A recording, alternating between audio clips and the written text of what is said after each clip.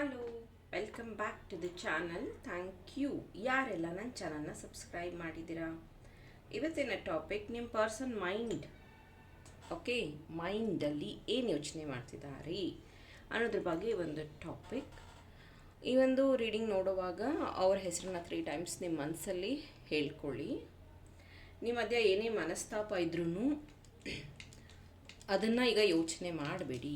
ಸದ್ಯಕ್ಕೆ concentration on candle reading. ಇದಕ್ಕಿಂತ ಮುಂಚೆ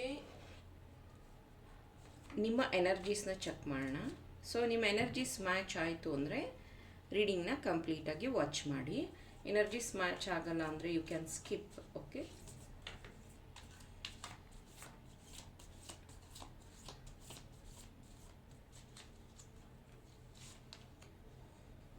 ಸೊ ಈ ಸಮಯದಲ್ಲಿ ಅವರ ಫ್ಯಾಮಿಲಿ ಅವರಿಗೆ ಇಂಪಾರ್ಟೆಂಟ್, ನಿಮ್ಮ ಫ್ಯಾಮಿಲಿ ನಿಮಗೆ ಇಂಪಾರ್ಟೆಂಟ್. ಮೇ ಬಿ ನಿಮ್ಮಿಬ್ಬರ ಮಧ್ಯೆ ಏನು ಡಿಸ್ಕಷನ್ ನಡೀತಾ ಇದೆಯೋ ಕಂಪ್ಲೀಟ್ಲಿ ನಿಮ್ಮ ಫ್ಯಾಮಿಲಿ ಫಸ್ಟ್ ಅನ್ನೋಂಥದ್ದು ಬರ್ತಿದೆ. ಇದು ಜಗಳ ಆಗಿರಬಹುದು ಅಥವಾ ವಾದ ಆಗಿರಬಹುದು. ಅವರಿಗೆ ನೀವೇ ಫ್ಯಾಮಿಲಿ ಅಂತ ಅವ್ರು ಬಿಲೀವ್ ಮಾಡ್ತಾ ಇದ್ದಾರೆ. ಬಟ್ ನಿಮಗೆ ಮೇ ಬಿ ಫ್ಯಾಮಿಲಿ ಬಿಟ್ಟು ಹೋಗೋದು ಅಥವಾ ಫ್ಯಾಮಿಲಿನ ಎದುರಾಕೊಳ್ಳೋದಕ್ಕೆ ನೀವು ರೆಡಿ ಇಲ್ಲ. ಮೇ ಬಿ ಇಲ್ಲಿ ಕೆಲವೊಬ್ಬರಿಗೆ ನೋ ಕಾಂಟ್ಯಾಕ್ಟ್ ಸಿಚುವೇಶನ್ ಇದೆ. ಈ ಸಿಚುವೇಶನ್ ಮೇ ಬಿ 5 ಡೇಸ್ 5 ವೀಕ್ಸಿಂದ ಕಂಟಿನ್ಯೂ ಆಗ್ತಾ ಇದೆ. ಮೇ ಬಿ ಈ ವ್ಯಾಲೆಂಟೈನ್ ಡೇ ಆದಮೇಲೆ ತುಂಬ ಚೆನ್ನಾಗಿರ್ತೀವಿ ಅಂದ್ಕೊಂಡಿದ್ರಿ ನೀವು. ಬಟ್ ಈ ವ್ಯಾಲೆಂಟೈನ್ ಡೇ ಆದಮೇಲಿಂದನೇ ನೀವು ಚೆನ್ನಾಗಿಲ್ಲ.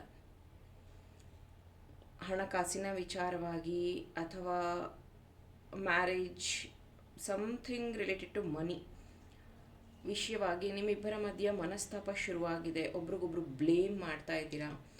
ಇದೇ ಥರ ನೀವು ಯೋಚನೆ ಮಾಡ್ತಾ ಇದ್ದೀರಾ, ನಾವು ಯಾವಾಗ ಒಂದಾಗ್ತೀವಿ, ಇದೆಲ್ಲ ಯಾವಾಗ ಮುಗ್ದು ಹೋಗುತ್ತೆ, ಈ ಮನಸ್ತಾಪ ಯಾವಾಗ ಮುಗಿಯುತ್ತೆ ಅನ್ನೋದನ್ನು ನೀವು ಯೋಚನೆ ಮಾಡ್ತಿದ್ದೀರಾ ಈಗ. ಸೊ ಹಾಗಾದರೆ ಈ ಕಂಟಿನ್ಯೂ ಮಾಡಿ, ವಾಚ್ ಮಾಡಿ ಈ ಒಂದು ರೀಡಿಂಗ್ನ. ಇದು ಎನರ್ಜಿ ಚೆಕ್ ಆಗಿತ್ತು.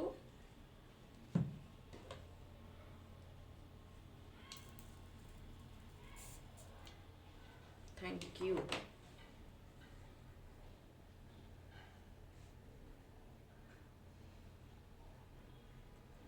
ವಾವ್, ಸಿ ಒಂದು ಫಿನಿಕ್ಸ್ ಅಂತೀವಲ್ಲ, ಅಂದರೆ ವಿಶ್ ಫುಲ್ಫಿಲ್ ಮಾಡುವಂಥದ್ದು ಹಕ್ಕಿ. ಅಂದರೆ ಇದೇನು ಅಂತಂದರೆ ನಿಮಗೆ ಇಲ್ಲಿ ನೋಡಿ 2 ಹಾರ್ಟ್ ಇದೆ. ಸೊ ಈ ವ್ಯಕ್ತಿ ಮನಸ್ಸಲ್ಲಿ ಡೇ ಆ್ಯಂಡ್ ನೈಟ್ ನಿಮ್ಮ ಬಗ್ಗೆನೇ ಯೋಚನೆ ಮಾಡ್ತಿದ್ದಾರೆ. ನೀವು ಅಂದರೆ ಅವ್ರಿಗೊಂಥರ ಶಕ್ತಿ. ಅವ್ರು ಹೇಳ್ತಾ ಇದ್ದಾರೆ, ನಿನ್ನ ನೋಡಿದ್ರೆ ಸಾಕು ನನ್ನ ದುಃಖ ಎಲ್ಲ ಮರೆತು ಬಿಡ್ತೀನಿ, ನಾನು ಯಾರು ಅನ್ನೋದನ್ನೇ ಮರೆತು ಬಿಡ್ತೀನಿ. ಅಷ್ಟು ನಾನು ನಿನ್ನ ಪ್ರೀತಿ ಮಾಡ್ತೀನಿ, ಅಷ್ಟು ನಾನು ನಿನ್ನ ಹಚ್ಕೊಂಡಿದ್ದೀನಿ. ಬಟ್ ನೀನು ಮಾತ್ರ ಯಾಕೆ ನನ್ನ ಇಷ್ಟು ಬ್ಲೇಮ್ ಮಾಡ್ತೀಯ, ಎಲ್ಲದರಲ್ಲೂ ನನ್ನ ಕಂಪ್ಲೇಂಟ್ ಮಾಡ್ತೀಯ. ಹೌದು, ನೀನು ತುಂಬ ಚೆನ್ನಾಗಿದೆಯಾ, ನೀನು ತುಂಬ ಒಳ್ಳೆ ಹುಡುಗ ಅಥವಾ ಹುಡುಗಿ. ಆದರೆ ನಾನೇನೋ ಒಂದು ಚಿಕ್ಕ ತಪ್ಪು ಮಾಡಿದ್ದಕ್ಕೆ ನೀನು ನನಗಿಷ್ಟು ದೊಡ್ಡ ಶಿಕ್ಷೆ ಯಾಕೆ ಕೊಡ್ತಾ ಇದೀಯಾ. ನನಗೆ ನಿನ್ನ ನೋಡಬೇಕು ಅಂತ ಆಸೆ, ಆದರೆ ನೀನು ನನ್ನ ನಂಬರ್ನ ಬ್ಲಾಕ್ ಮಾಡ್ತೀಯಾ ಅಥವಾ ನನಗೆ ಮೀಟ್ ಮಾಡೋದಕ್ಕೆ ಬರಬೇಡ ಅಂತೀಯಾ, ಆಣೆ ಭಾಷೆಗಳನ್ನು ಹಾಕೋತೀಯಾ. ದಯವಿಟ್ಟು ನನಗೆ ಅವಕಾಶ ಕೊಡು. ಹೌದು, ನಾನು ತಪ್ಪು ಮಾಡಿದ್ದೀನಿ, ಮನಸಾರ ನಾನು ನಿನ್ನ ಕ್ಷಮೆ ಕೇಳ್ತಾ ಇದ್ದೀನಿ. My dear, please forgive me ಅನ್ನುವಂಥ ಮೆಸೇಜ್. ಸೊ ಅವರಿಗೆ ಪಶ್ಚಾತ್ತಾಪ ತುಂಬ ಆಗ್ತಾ ಇದೆ. ನಾನು ಯಾವುದಾದ್ರೂ ಮೂವಿ ನೋಡಿದಾಗ ಅಥವಾ ಯಾವುದಾದ್ರೂ ಸ್ಯಾಡ್ ಸೀನ್ ನೋಡಿದಾಗ ನೀನೇ ನೆನಪಾಗ್ತೀಯ, ನನಗೆ ನೀನು ಕನೆಕ್ಟ್ ಆಗ್ತೀಯ.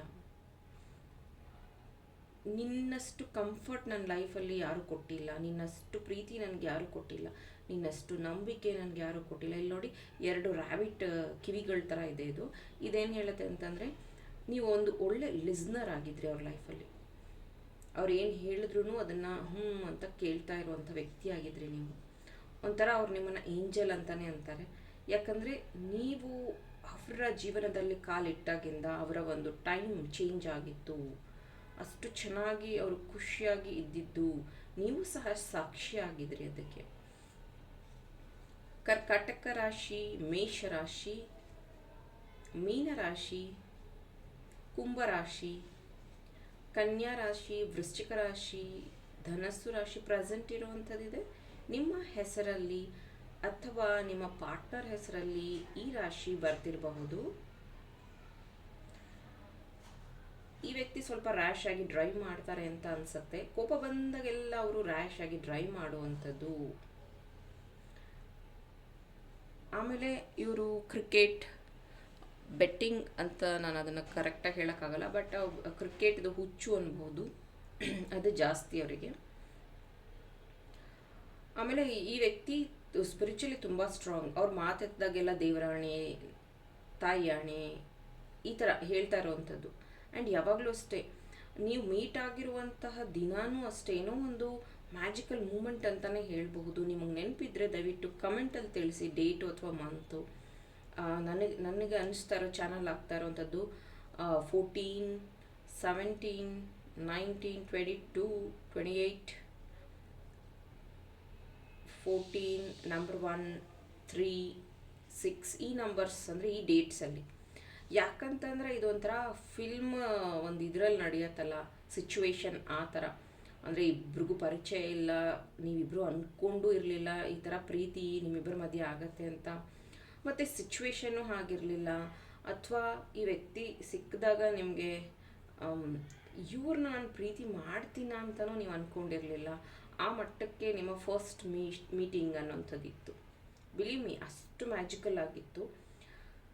ಅದು ಈಗಲೂ ಇಬ್ರಿಗೂ ನೆನಪಿದೆ. ಇಬ್ಬರು ನೆನಪಿಸ್ಕೊಂಡಾಗ ನಗ್ತೀರಾ. ಆಮೇಲೆ ಇದು ಹೇಗೆ ಸಾಧ್ಯ ಅನ್ನೋವಂಥದ್ದು ಇದೆ. ಯಾಕಂದರೆ ತುಂಬ ನಿಮ್ಮಿಬ್ಬರ ಮಧ್ಯೆ ಅಂತರ ಇದೆ. ಅಂದರೆ ಸ್ಟ್ರಿಕ್ಟ್ ಅಥವಾ ದೊಡ್ಡವರು ಚಿಕ್ಕವರು, ಅಥವಾ ತುಂಬ ಮಾತಾಡೋರು ತುಂಬ ಸೈಲೆಂಟಾಗಿರೋರು, ಈ ರೀತಿಯಾಗಿ.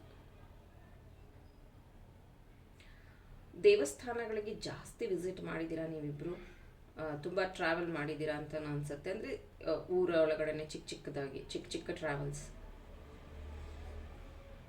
ಈ ಮ್ಯಾಜಿಕಲ್ ಮೂಮೆಂಟ್ ಅಂತಾರಲ್ಲ, ಆ ವ್ಯಕ್ತಿ ತುಂಬ ನಿಮ್ಮ ಜೀವನದಲ್ಲಿ ಮ್ಯಾಜಿಕಲ್ ಮೂಮೆಂಟ್ಸ್ನ ಕ್ರಿಯೇಟ್ ಮಾಡಿದ್ದಾರೆ. ಅದೆಲ್ಲ ಅವರು ಅವಾಗವಾಗ ನೆನಪಿಸ್ತಾ ಇರ್ತಾರೆ ನಿಮಗೆ. ಆದರೆ ಈ ವ್ಯಕ್ತಿ ಹೆಂಗೆ ಅಂತ ಅಂದರೆ ಸ್ವಲ್ಪ ಕೋಪ ಜಾಸ್ತಿ, ಈಗೋ ಜಾಸ್ತಿ, ಅವ್ರು ಹೇಳಿದ್ದೇ ನಡಿಬೇಕು, ಹಠ ಜಾಸ್ತಿ, ಹೇಳಿದ ಮಾತು ಕೇಳೋದಿಲ್ಲ. ಆಮೇಲೆ ರಿಸ್ಕ್ ತಗೊಳ್ಳೋದು ಜಾಸ್ತಿ. ಫ್ರೆಂಡ್ಸು ಅಂತ ದುಡ್ಡು ಕಳ್ಕೊಂಡಿರೋದು ಜಾಸ್ತಿ. ನೀವೇ ಹೇಳಿದ್ದನ್ನು ಅವ್ರು ಹ್ಞೂ ಅಂತಾರೆ, ಆಮೇಲೆ ಅವ್ರ ಮನಸ್ಸಿಗೆ ಬಂದಿದ್ದನ್ನೇ ಮಾಡುವಂಥದ್ದು. ಅವಾಗವಾಗ ಅವ್ರು ನಿಮಗೆ ಹೆದರಿಸ್ತಾ ಇರ್ತಾರೆ. ನಾನೊಂದಿನ ನಿನಗೆ ಫೋನು ಮೆಸೇಜು ಮಾಡಿದೆ, ಏನು ನಿನಗೆ ಸಿಗ್ದಲೇ ನಾನು ದೂರ ಹೋಗ್ಬಿಟ್ರೆ ಏನು ಮಾಡ್ತೀಯಾ, ಈ ಥರ ಕ್ವಶನ್ಸ್ನ ಕೇಳೋವಂಥದ್ದು. ಎಷ್ಟೋ ಸತಿ ನಿಮಗೆ ಅಳಿಸ್ಬಿಡ್ತಾರೆ ಅವರು. ಈ ಥರ ಆ ಥರ ಕ್ವಶನ್ ಕೇಳಿ ನಿಮ್ಮನ್ನ ಹರ್ಟ್ ಮಾಡಿ. ಮೇ ಬಿ ನೀವಿಬ್ಬರು ನಿಮ್ಮ ಹೆಸರನ್ನು ಕರೆಕ್ಟಾಗಿ ಮೊಬೈಲಲ್ಲಿ ಸೇವ್ ಮಾಡ್ಕೊಂಡಿಲ್ಲ.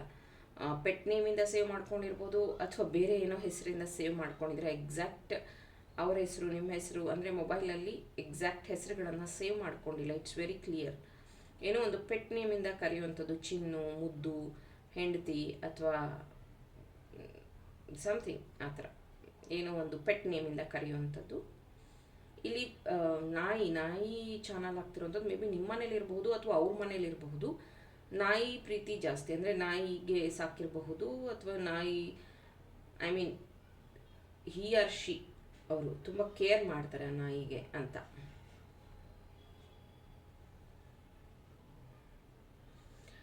ಗೌರ್ಮೆಂಟ್ ಎಕ್ಸಾಮ್ಸ್ಗೆ ನೀವು ಅಥವಾ ಅವರಿಬ್ಬರಲ್ಲಿ ಯಾರೊಬ್ಬರು ಟ್ರೈ ಮಾಡ್ತಾ ಇದ್ದೀರಾ, ತುಂಬ ದಿನಗಳಿಂದ ಟ್ರೈ ಮಾಡ್ತಾ ಇದ್ದೀರಾ, ಒಬ್ಬರು ಹೆಲ್ಪ್ ಮಾಡ್ತಾ ಇದ್ದೀರಾ. ಆಮೇಲೆ ತುಂಬ ಪೇಷನ್ಸ್ ಆಗಿ ಎಕ್ಸಾಮ್ಸ್ನ ಅಟೆಂಡ್ ಮಾಡ್ತಿರುವಂಥದ್ದು, ತುಂಬ ಪೇಷನ್ಸ್ ಆಗಿ ಇಂಟರ್ವ್ಯೂಸ್ನ ಅಟೆಂಡ್ ಮಾಡ್ತಿರುವಂಥದ್ದು, ಓದ್ಕೋತಿರುವಂಥದ್ದು, ತುಂಬ ಚಾಲೆಂಜಿಂಗ್ ಆಗಿ ಕೆರಿಯರ್ನ ತಗೊಂಡಿರುವಂಥದ್ದು. ಆಮೇಲೆ ನಾನು ಹೇಗಾದರೂ ಮಾಡಿ ಗೌರ್ಮೆಂಟ್ ಜಾಬ್ ತಗೋಬೇಕು ಅನ್ನೋಂಥ ಚಾಲೆಂಜ್ ಇಬ್ಬರಲ್ಲಿ ಇದೆ. ತುಂಬ ಸತಿ ನೀವು ಮಾತಾಡ್ಕೋತಾ ಇರ್ತೀರ, ನಮ್ಮನ್ನು ಯಾರು ಆಡ್ಕೊಂಡಿದ್ದಾರೆ, ನಮ್ಮ ಮುಂದೆ ಯಾರ್ಯಾರು ನಮ್ಮನ್ನು ಡಿಸ್ರೆಸ್ಪೆಕ್ಟ್ ಮಾಡಿದ್ದಾರೆ, ಅವ್ರ ಮುಂದೆ ನಾವು ತುಂಬ ಚೆನ್ನಾಗಿ ಬದುಕಬೇಕು, ಅವ್ರ ಮುಂದೆ ನಾವು ಪ್ರೂವ್ ಮಾಡಬೇಕು ಅನ್ನೋಂಥ ಹಠ ಇಬ್ರಿಗೂ ಇದೆ. ಇಬ್ಬರೂ ಅಷ್ಟೇ ಕಷ್ಟಪಟ್ಟು ದುಡಿಯೋವಂಥ ಮನಸ್ಸಿರೋವಂಥವ್ರು. ಇಬ್ಬರೂ ಅಷ್ಟೇ ಎಲ್ಲರಿಗೂ ಒಳ್ಳೆಯದನ್ನೇ ಮಾಡಬೇಕು ಅಂತ ಬಯಸುವಂಥವ್ರು. ನೀವು ಯಾವಾಗಲೂ ಅಷ್ಟೇ ನಿಮ್ಮ ಬಗ್ಗೆ ನೀವು ಮಾತಾಡ್ಕೋಬೋದು ಹೊರತು ಬೇರೆಯವ್ರಿಗೆ ಯಾವತ್ತೂ ಈ ಥರ ಆ ಥರ ಅಂತ ಕೆಟ್ಟದಾಗಿ ಮಾತಾಡ್ಕೊಳ್ಳೋದಾಗಲಿ, ಬೇರೆಯವ್ರನ್ನ ಟೀಕೆ ಮಾಡೋದಾಗಲಿ ಮಾಡಿಲ್ಲ. ಬಟ್ ಪೇಯ್ನ್ ಹೌದು, ಇಬ್ಬರ ಚೈಲ್ಡ್ಹುಡ್ಡಿಂದನೂ ಆ ಪೇಯ್ನ್ ಅಥವಾ ಟ್ರಾಮಾ ಅಥವಾ ಒಂದು ಗರ್ಜನದು ಇಬ್ಬರಲ್ಲೂ ಇದೆ. ಓಕೆ, ಇದು ನಿಮ್ಮ ಪರ್ಸನ್ ಕಡೆಯಿಂದ ಬಂದಿರುವಂತಹ ಮನಸ್ಸಿನ ಮಾತು ಅನ್ಬೋದು, ಲವ್ ರೀಡಿಂಗ್. ಇಷ್ಟ ಆದರೆ ಲೈಕ್ ಮಾಡಿ, ನನ್ನ ಚಾನಲ್ನ ಸಬ್ಸ್ಕ್ರೈಬ್ ಮಾಡಿ.